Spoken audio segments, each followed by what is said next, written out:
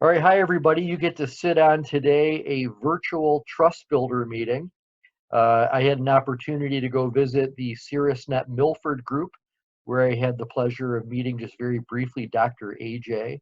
She's in the business coaching and development space, but I'm going to learn more about her today. So here's what we're going to do. We're going to do a virtual trust builder. Dr. AJ and I are each going to have about 5 minutes just to share what we think are the most important things that somebody would want to know about us that we've met for the first time. How do we get into what we're doing? Where are we from? Who are the clients we're helping today?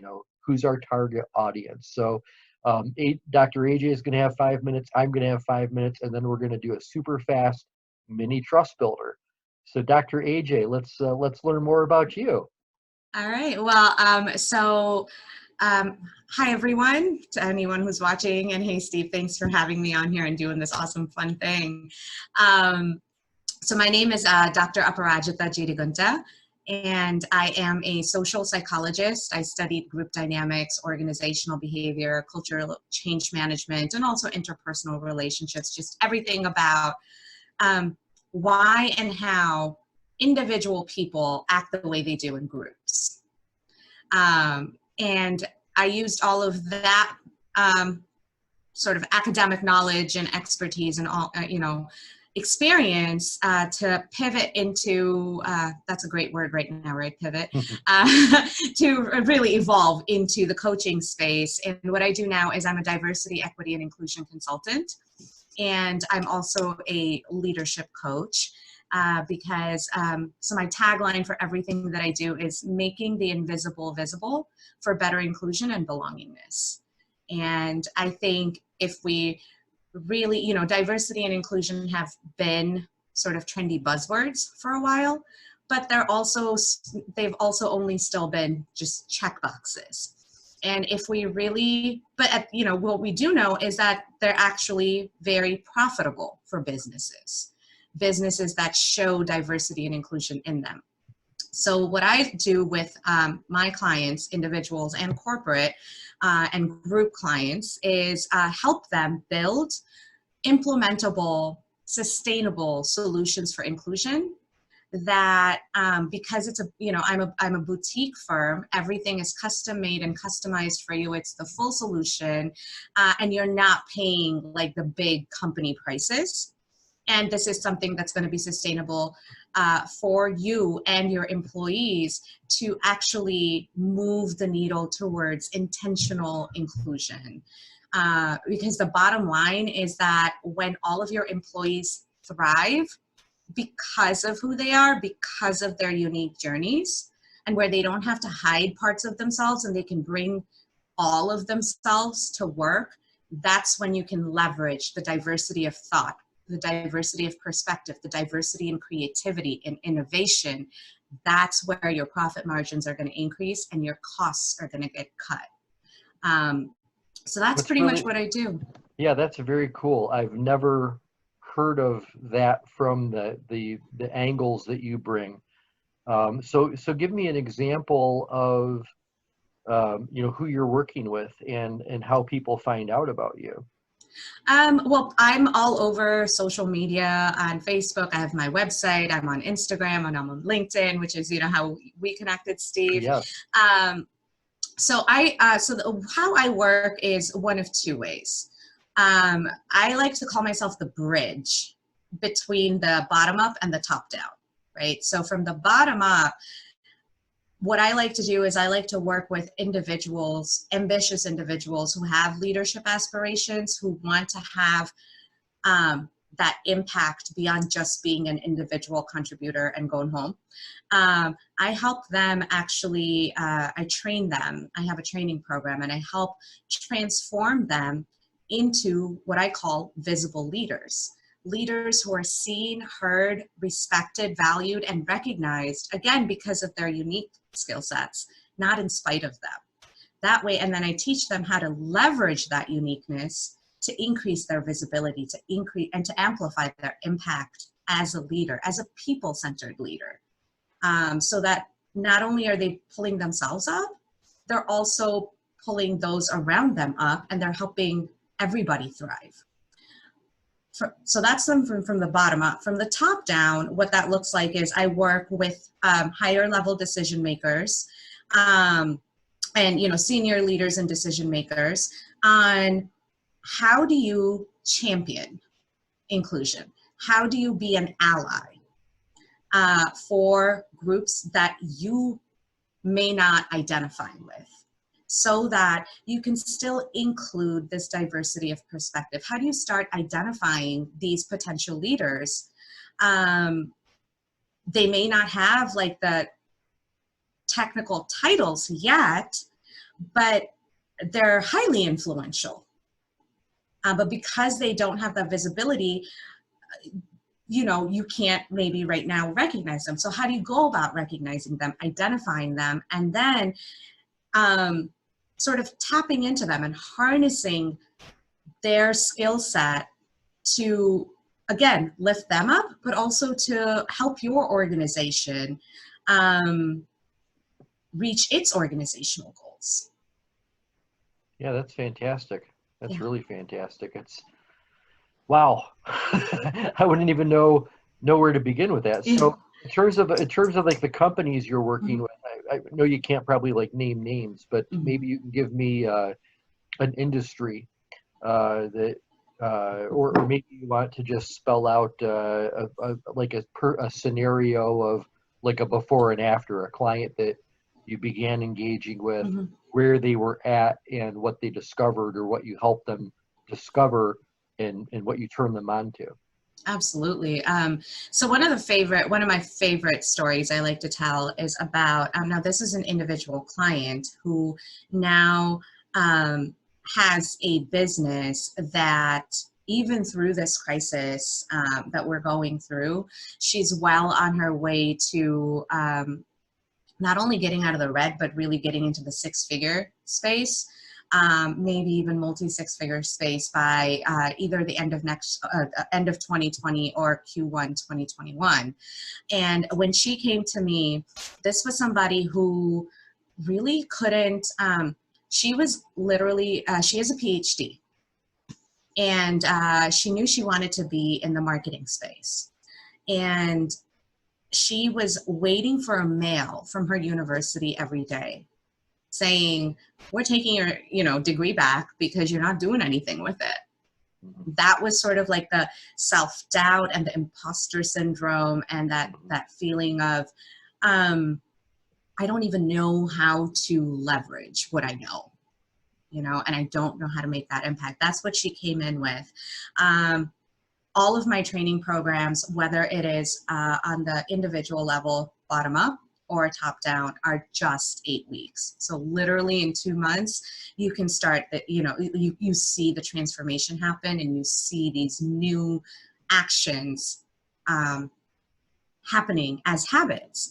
So we worked together for 2 months, and then we did the final strategy mapping in terms of what that looks like after the training was done and all of that.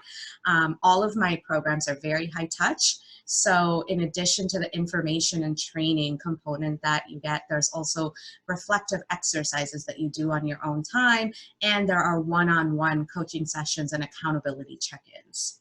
Did you say that this is like a proprietary program as well too? So yes. This is all from you and your experiences. That's pretty dynamic. Yeah. It's something that I, again, developed using my my skill sets because of who I am, not in spite of it. So in that sense, I was my first case study of success.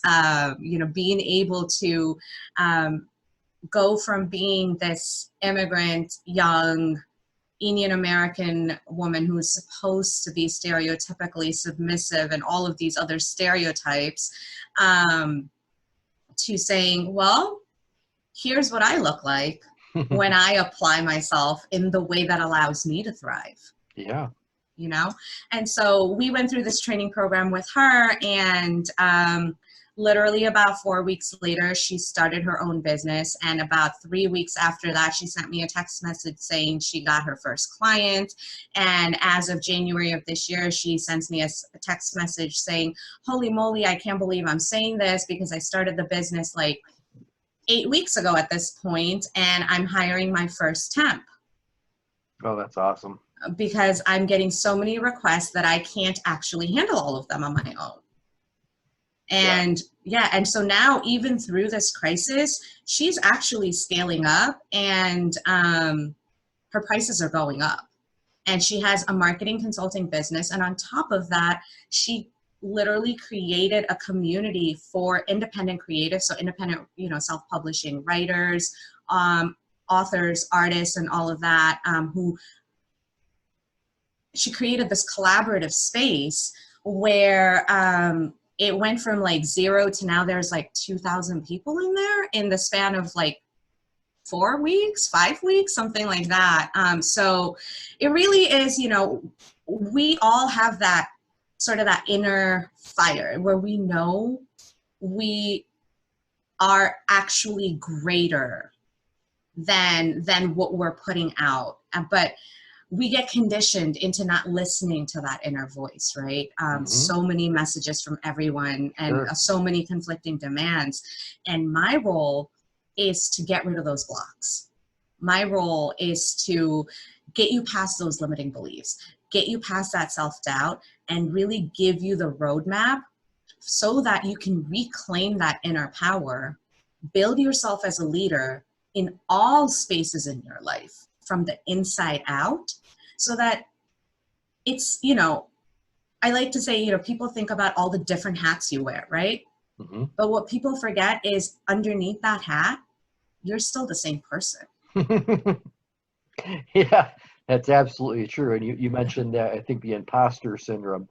I think that, yeah, and really, I think the people that we really gravitate to are the ones that are holding their authenticity, because they recognize that that is the foundation that everything is built upon. So shifting gears super quickly, Mhm. how did you find out about CirrusNet Milford? That was an upstart Yes. group, a brand new group getting started. How did that happen? So Nathan was our broker when we purchased a house. Oh, the mortgage person. Yes, and Okay. so he had put up a post saying, "Hey, I know a lot of small business owners and entrepreneurs. Here's this local business group, and it's not associated with the other one." Um, Never heard of them before. exactly, and which interestingly enough, I hadn't heard about them, and I was like, "Oh, what?" But so I reached out to him and I said, "Can you tell me more about this group?" And he told me a little bit, and I was very intrigued, and I said, "How do I get involved?" So then he said, "Well, how about this? Why don't I invite you to a meeting as a guest? And if you like what you see, then the facilitator, Brian, Mhm. will give you the next steps on how you can join and contribute." And so I ended up going to the meeting, and as it turns out, the business coach spot in that chapter, the slot was open. Mm, So I really enjoyed the camaraderie. I really enjoyed the energy, and I enjoyed um, the energy that was transferred through ideas. You that's know, great. That's yeah. great. Yeah, So that's perfect. yeah. That's perfect. So I'm just going to give the fast minute on me, Hmm. because a lot of folks that are watching this, they may know a little bit about me already, Okay. if they're used to watching CirrusNet either online or going to the website. But this is my 11th year running and operating CirrusNet. So I do two things. I facilitate team meetings myself. I've got 6 groups that I'm the chief referral officer for.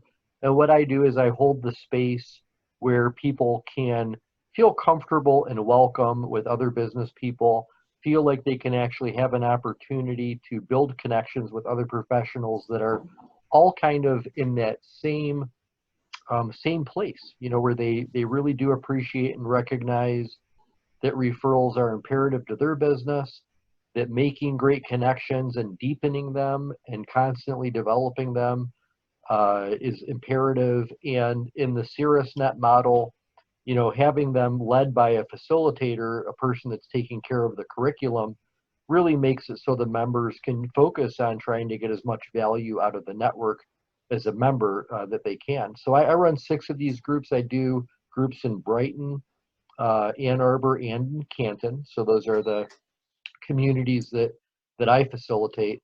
And then I also support around a dozen other facilitators like Brian Sarowick. Many of them have had networking in their blood for a long time, and they might have been involved in other things in the past, but CirrusNet was the thing that really resonated with them. So I'm grateful for that. And 11 years later, we have close to 30 teams right now, and goal for me in the next 5 to 10 years is to be the #1 name in Michigan that people will bring up when they're talking to each other about referrals and relationships. And I have a pretty firm belief that once everybody is allowed to get back out there and socialize and come together again, there's going to be a lot of pent-up demand for people to re-engage with each other and rediscover, and for many discover for the first time, what it looks like to be in a business group. So, this is what I love. It was a job that was created. I created it for myself. I was a mortgage person before the last financial collapse. So it was music to my ears to hear that the mortgage person in your group told you about the business group, because I was a great promoter when I was a mortgage person too, because there's nothing I love more than connecting folks. And so when the financial collapse happened, I had the checkup from the neck up and had to figure out what I really want to do with my life, what really brought me joy, what are my areas that I can really bring value to the world. And here it is 11 years later, and have something great going on, and just feel very blessed because of that. And hope to be doing this. Hopefully this is the last business I'll ever have to start or do the rest of my life. It's not the first one I've ever done, but I think it's the one that I'm most foundationally ready to make that long-term, lifelong type commitment to. And hopefully it's a legacy business that is going to live on beyond whether I'm here or not. That's really been a big goal of mine, is to create something that will last beyond the energy that I put into it, and that other people will be willing to take that energy. I resonate with everything you've said so much, Steve, because what I do is something I created for myself as well. After the financial crisis of 2008 and 2009, specifically because in 2009, I was hit by a car. Oh my. And I sustained a severe traumatic brain injury. And I left my body. I technically died, and watched the medical team work on all of that, and came back, and it, really was faced with, well, what are you going to do? You're disabled now. And I said, well, no, I'm not. What are you talking about? And I was on grad student insurance. So once they stabilized the vitals, they said, bye-bye, because grad student insurance, for anybody who may not know, doesn't even cover the basic flu shot. You pay for that out of your pocket. It's really for them to cover their liability end more than anything else, So I was sort of left on my own after that. And a lot of people get shocked when I say that. But for me, it was one of the most incredible opportunities of my life, because I knew I was a doctoral candidate. I didn't know my own name. So I literally got to rebuild myself by figuring out what gives me joy, what helps me thrive, and in the process, discovered all the ways in which I have been rendered invisible by others, and how all the other ways in which I render myself invisible by following somebody else's script. Right? And so that's really where everything that I do came out of, because that's why I focus on leadership development for diversity and inclusion, because it's not about the initiatives, it's about the people.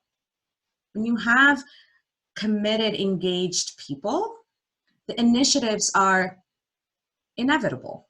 Yeah. The productivity improvement is inevitable. Absolutely. All of those Absolutely. things, you know? So Absolutely. that's where I sort of came out of it. And I love that you said the legacy piece, because so my logo and all of that and everything I'm sort of like obsessed with, I'm obsessed with peacocks. And I'm specifically obsessed with peacock feathers because they are supposed to symbolize the immortality of your legacy. Wow. Yeah. Didn't know that. Yeah. So it's not even about how you want to be remembered, but it's about how you are remembered because of the impact that your presence and your existence has in all of the spaces around you.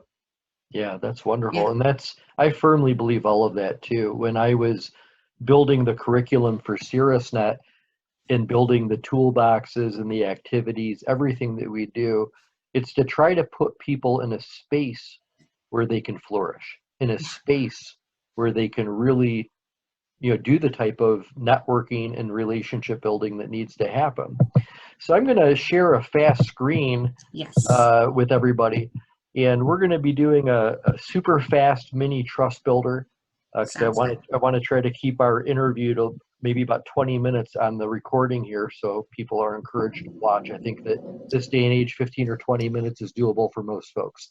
So what you and I are going to do is we're going to rotate. You're going to I'm going to pick a personal tidbit question and ask you Okay. that. Okay. And then you're going to ask me a story time question. You can pick any of those. I'm going to come Okay. back to you with a core question. You'll ask me an action item, and then we're going to work, and then we'll bounce back together for that work together. Yes. So I guess I'm going to ask you the personal tidbit question, and I will ask you, when you're not working, what are your hobbies? So I like to think, and this is complete pretense, by the way, but I like to pretend that I'm a culinary genius. I'm not really sure, like, so far it's been good, but I've had some spectacular whoopsies as well. But really what I like to do is I like to take these like age-old recipes, like, meatloaf or, just a regular burger, and then look at it and go, what would happen if I just fused like 4 cultures into this? Yeah.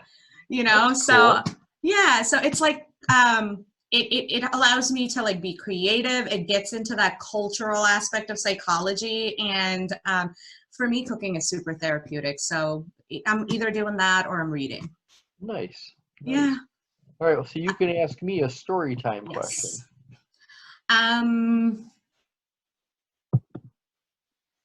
Oh my gosh, I want to ask you all of them. But We'll have to do another one. I know. Why do you do what you do? Why do I do what I do? As I mentioned briefly, during the financial collapse, prior to the financial collapse, I was a mortgage person, and I absolutely challenged myself that with every mortgage that I did, I was going to have another referral, 2 or 3 for each customer, to somebody in my network, whether it was the attorney or the painter or the whoever it was, whatever my clients needed. I told it all of them, if you need anything beyond mortgages, just remember I invest professional development time getting to know the other good businesses in the area. So if you ever need anything, you can just call me, and I'll love to make that connection for you. And I used to do, I'm a recovering BNI person, so I'm sure you've heard that name before. And I only say recovering because it's just such a stringent program. You meet every single week for an hour and a half, and it becomes like Groundhog's Day. You're like, weren't we just here? But nonetheless, I developed some amazing relationships when I was there, and fell in love with the concept of all ships rising together, the concept of community businesses sharing their best clients, helping their best clients more.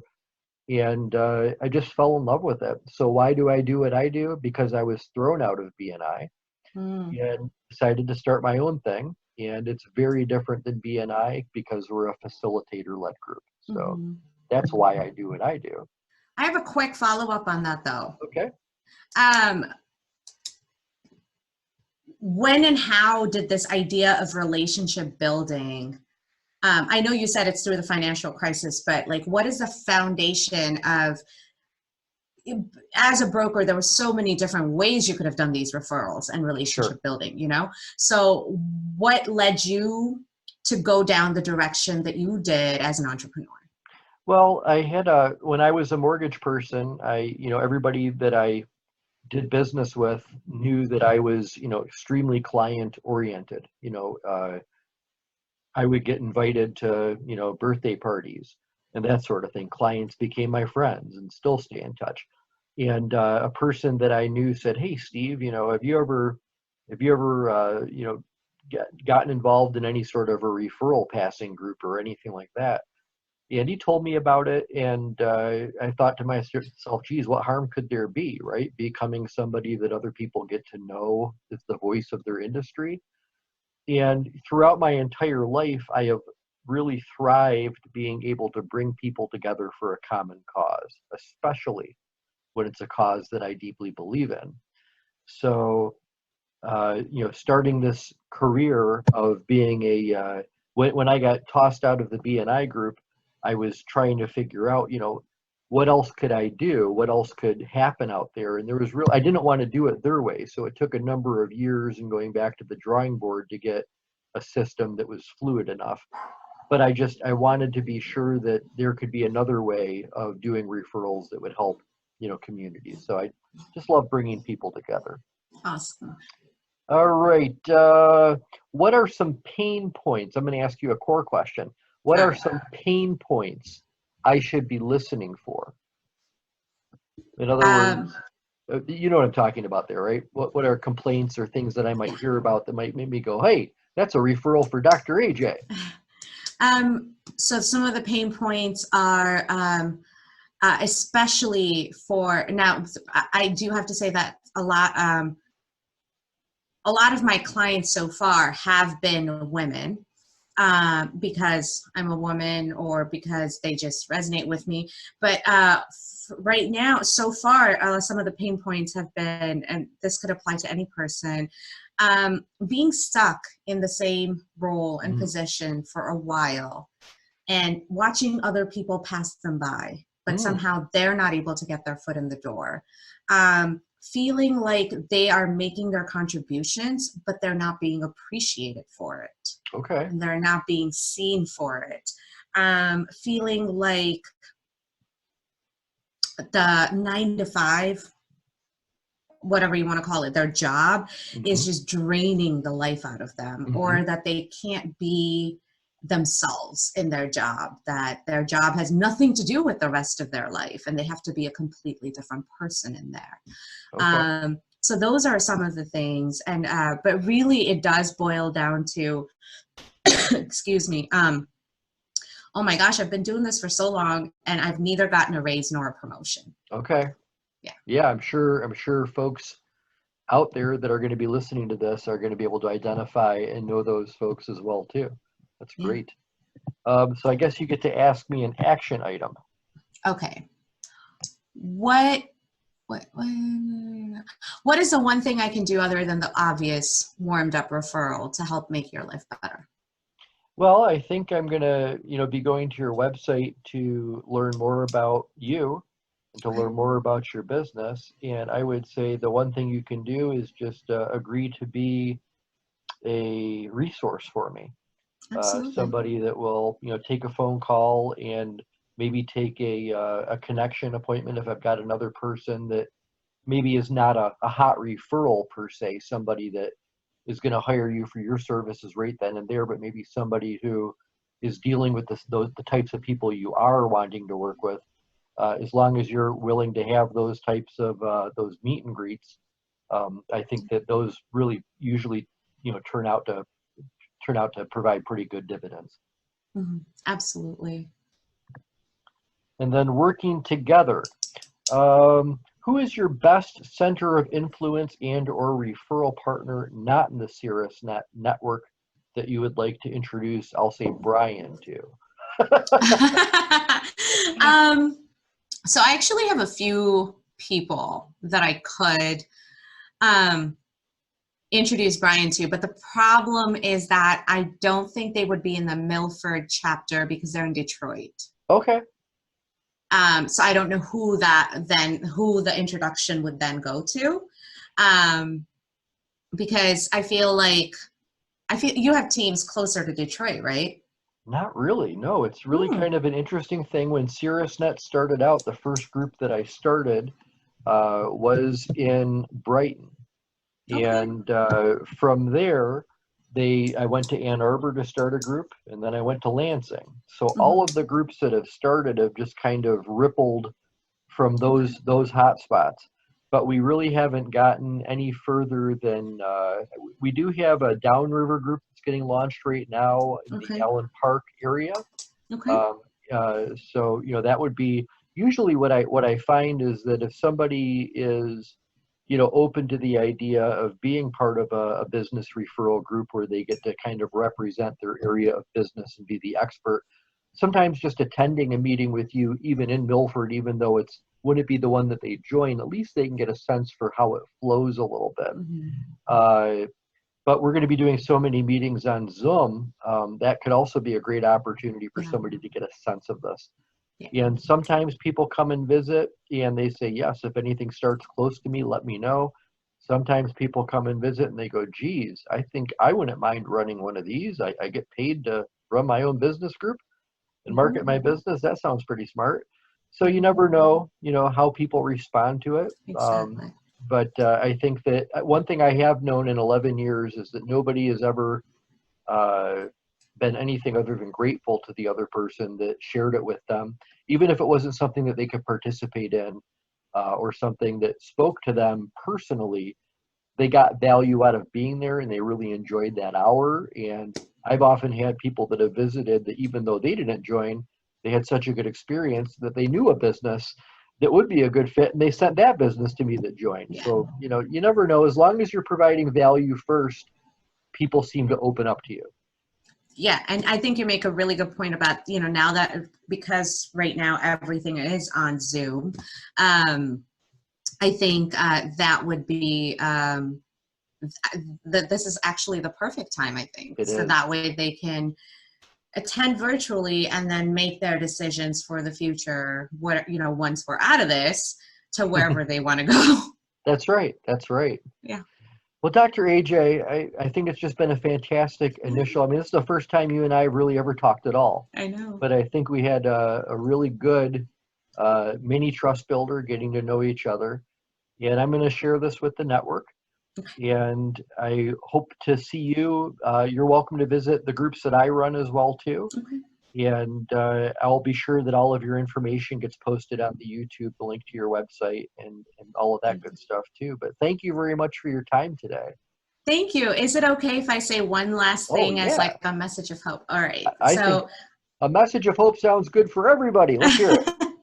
So I know a lot of people are right now struggling with work from home, and they're also struggling with sort of like the panic and the chaos and the fear of the uncertainty, especially going through what is not just a health crisis, but also a major economic crisis, unemployment rates being where they are, so on and so forth, and all of that. But I think instead of being afraid of the uncertain, if we come together as a collective, this is actually a tremendous opportunity again for us to actually be able to build a sustainable, stronger, wiser society. So, one with, because we all know we're here because on many levels across the globe, leadership failed. There was like a lack of transparency, miscommunication, mismanagement of resource, all of this. But we have the opportunity on a grassroots level to build a kind of leadership that is going to get us through this transition and beyond that. So that by the time we come out on the other end, we're so much stronger and there's no uncertainty about the sustainability of our businesses or our communities. And I think that community piece is super important. So please don't give up hope. Please don't feed into that fear. Think of it as an opportunity to really, really nail down your leadership development, 21st century leadership development that focuses on like mental well-being and thriving, because once we have those covered, like I said, the rest of it is going to happen, and we're going to have a stronger society. Yeah, that's a great message. I'm glad that you finish with that. I think that's a great message. And one of the things that I always like to say is, don't let the world change your smile. Use your smile to change the world. Have that positive influence with others. And again, we're all going to be out of our comfort zone, but we can learn so much more about ourselves, and we can streamline. Personally, I am using this time to get stronger and to be smarter. And Yeah. when we're back together in person, of course, we're going to rejoice because the people in the groups are all incredibly social. I'm a major socialite. I'm not used to staying home for longer than a couple hours at a time. And now I'm home constantly. But, I'm using my smile to change the world. Yeah. And I think that's important. So, Absolutely. all right, Dr. AJ, thanks again for your time today on being on Staying Connected. And we'll look forward to seeing you in the future. Yeah, thank you so much, Steve.